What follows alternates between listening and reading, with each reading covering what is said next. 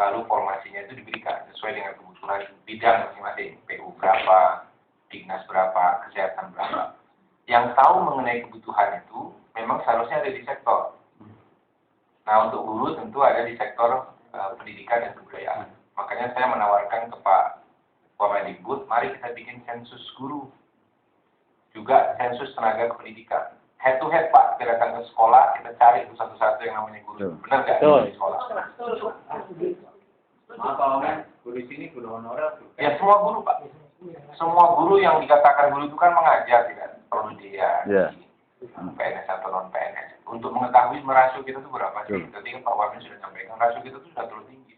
Tapi kita itu tidak pernah persis mengatakan ini benar nggak sih orang mengajar itu? Karena Bapak Ibu sekalian kalau tahu ya, saya tidak setuju bahwa problem masuk angin itu di Indonesia besar sekali. Jadi saya tidak membela sana, tidak membela sini. Artinya kalau nanti kawan-kawan ibu yang lain dari kategori 1 datang, mereka juga akan mengeluh dengan keluhan yang lain. Yang saya tahu bahwa proses pendataan itu juga tidak valid seluruhnya. Karena banyak yang masuk angin. Itu dimanfaatkan juga oleh oknum-oknum daerah untuk kepentingan politik. Betul. Nah, saya tidak melihat dari mana Bapak Ibu berasal. Tugas saya menjamin bahwa kolam itu diisi dengan air yang bersih. Itu tugas saya. Makanya begitu saya masuk, saya ingin menjamin bahwa air yang masuk ke dalam kolam itu adalah air yang benar-benar bersih dan bisa diminum. Bukan justru meracuni. Apalagi guru, Pak. Sudah airnya kotor, racun lagi gitu. Kan kasihan anak bangsa ini, Pak. Jangan sampai nanti lulusan SD ngajar SMA. Banyak kasusnya itu. Nah, masa saya harus menutup mata dengan kasus seperti ini. Nah, itu yang ingin saya sampaikan sebenarnya. Kami ini masih sedang merancang bagaimana caranya melakukan sensus guru yang beneran itu. Nah, jadi ini menjadi catatan-catatan. Tapi saya begini, Pak. Kalau Bapak Ibu lihat bagaimana pendataan guru itu dilakukan, itu banyak sekali sebenarnya yang memang harus kita verifikasi ulang.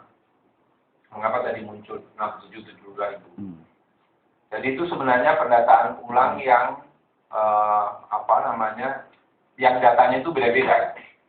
Kami itu menerima data sama Pak dari BKN. Yang belakangan masuk itu dipaparkan lagi 72 ribu. Yang pertama 67 ribu, yang kedua itu 72 ribu. Belum lagi laporan-laporan seperti yang Bapak Ibu tadi sampaikan. Ya, nanti kita cek Pak. Jadi gini. Jadi sebenarnya yang ingin saya sampaikan itu saya menjamin bahwa siapapun mereka yang masuk ke dalam birokrasi itu memang harus qualified, Pak. Itu catatan saya. Jadi sepanjang saya ada di sana, maka saya akan menjamin bahwa yang masuk ke dalam birokrasi itu orang yang qualified. Nah, cuma kita itu tersandra juga oleh keputusan politik masa lalu yang sudah ada, yang istilah kategori 1 dan 2 itu. Itu kita tersandra dengan istilah itu. Jadi itu bukan hanya semata-mata keputusan pemerintah. Gitu loh. Nah, kita nanti akan menyiapkan satu perangkat tes yang kita sebut dengan computer assisted test. Itu untuk mengetahui kompetensi dasar orang. Mampu nggak dia? Itu tidak masuk anginnya itu mungkin 0,01%. Karena itu kita menyiapkan puluhan ribu bank soal. Setiap orang itu bisa diacak. Kalau dia memegang satu komputer itu, dia langsung ngacak sendiri.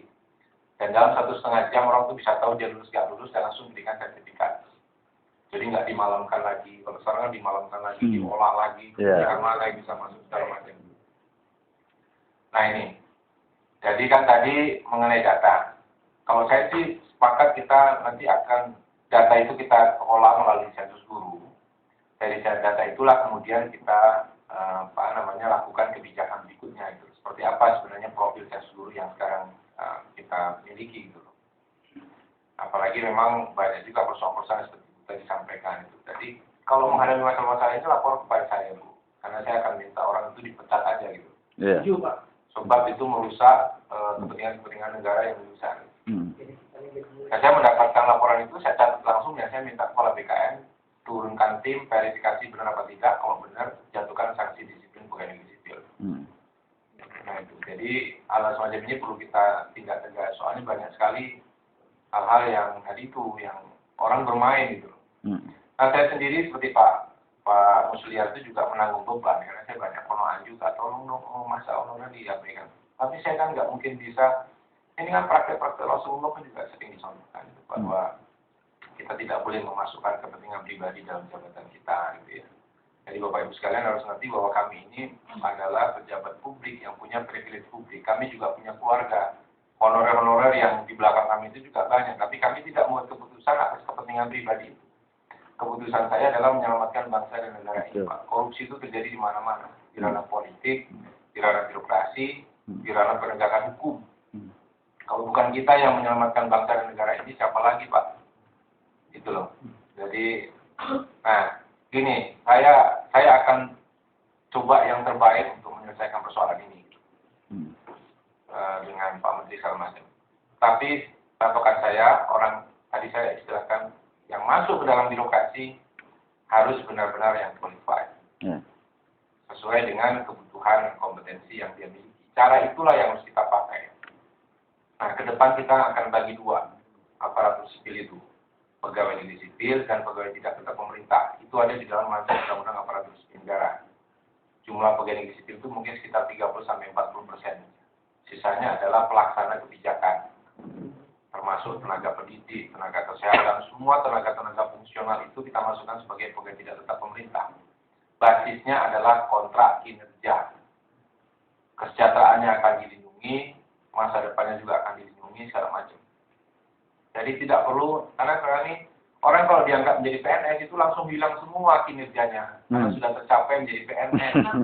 Saya juga tidak yakin Bapak Ibu sekalian kalau sudah diangkat menjadi PNS, kinerjanya tidur. Jadi orang itu bekerja hanya untuk mencapai status. Setelah statusnya terpenuhi, udah Pak, drop langsung itu. Nah kita tidak ingin itu seperti itu. Basisnya adalah PNS. Bedanya kalau PNS itu nanti karirnya bisa sampai pejabat-pejabat tertinggi, sekjen, dirjen, segala macam. Tapi yang lain adalah tenaga pegawai tidak tetap pemerintah, dan kita akan atur dijamin di dalam undang-undang juga. Itu masa depan masa depan birokrasi kita. Nah ini. Nah, jadi beberapa hal mungkin kita akan pikirkan seperti tadi pendataan ke dalam BKN. Itu pun saya ragu, Pak. Ragunya begini, salah mendata itu seumur hidup kita menanggung, Pak. Ya, benar.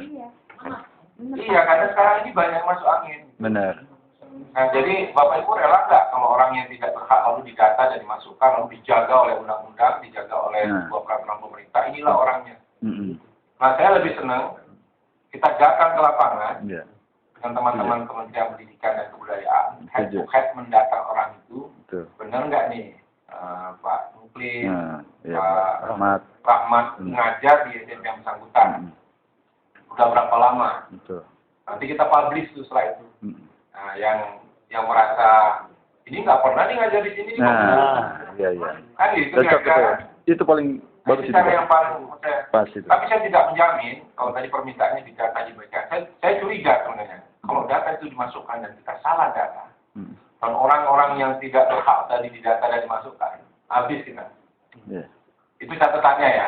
Ada sisi positifnya, negatifnya. Positifnya memberikan jaminan kepada yang berhak. Tapi negatifnya orang yang tidak berhak itu selamanya akan dilindungi dan akan diangkat. Jadi ini problem kita, Bu. Jadi saya merasakan sekali.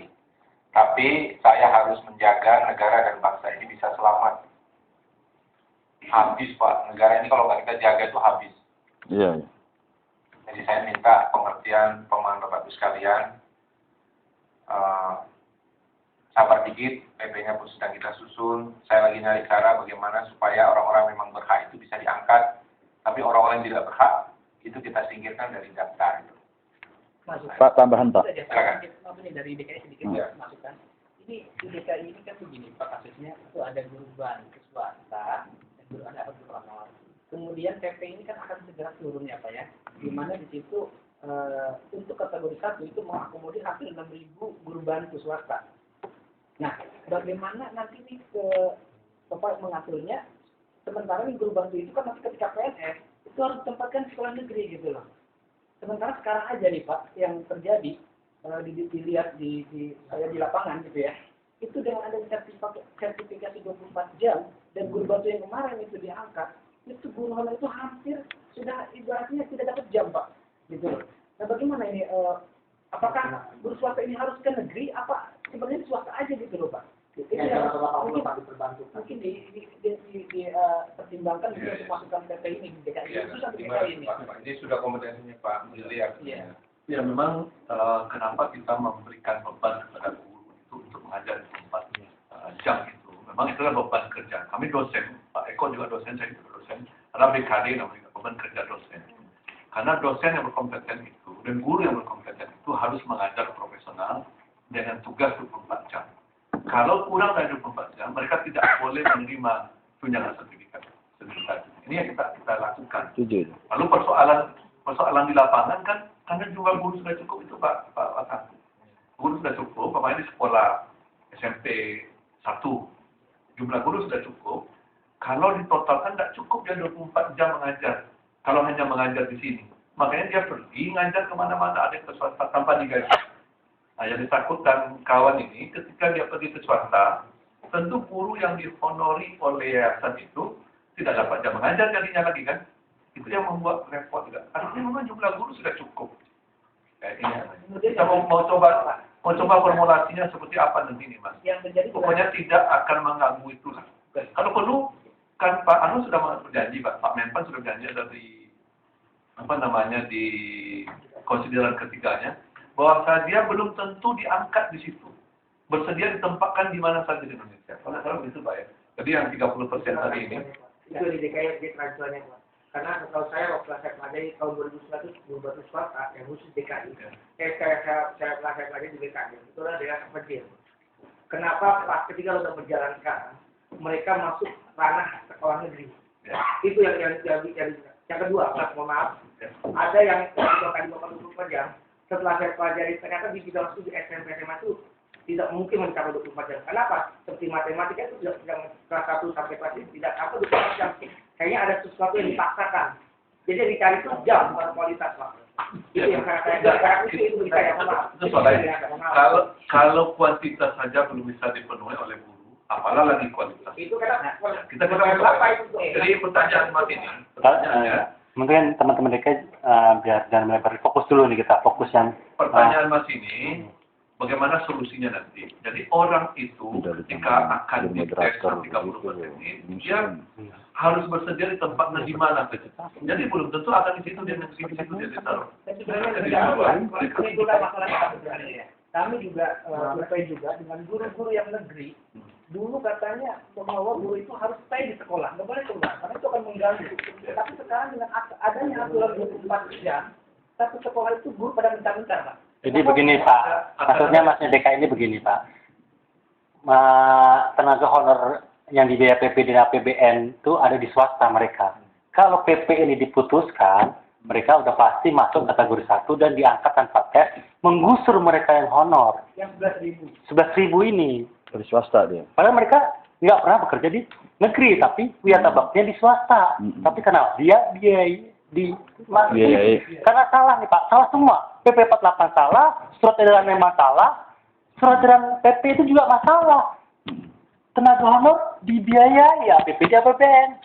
Di situ tenaga honor yang mana? Swasta juga, iya bisa, negeri juga bisa. Nggak ditunjukkan negeri apa swasta. Dibiayai APBD APBN. Akhirnya yang wiyata bakti swasta, di APBD APBN mendapatkan